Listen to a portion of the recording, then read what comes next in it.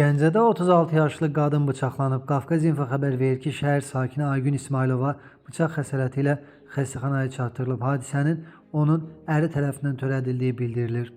Polisin keçirdiyi tədbirlərlə İsmailovaya kəsici deşici alətlə xəsarət yetirməkdə şübhəli bilinən 40 yaşlı Ruslan Novruzov saxlanılaraq istintaqa təhvil verilib. Faktla bağlı araşdırma tədbirləri davam etdirilir.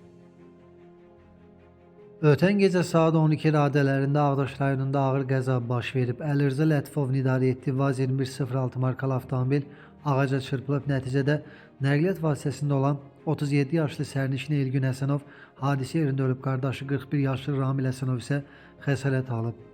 Daxili İşlər Nazirliyinin mətbuat xidmətindən bildirildi ki, faktla bağlı cinayət işi başlanılıb, araşdırmalar aparılır.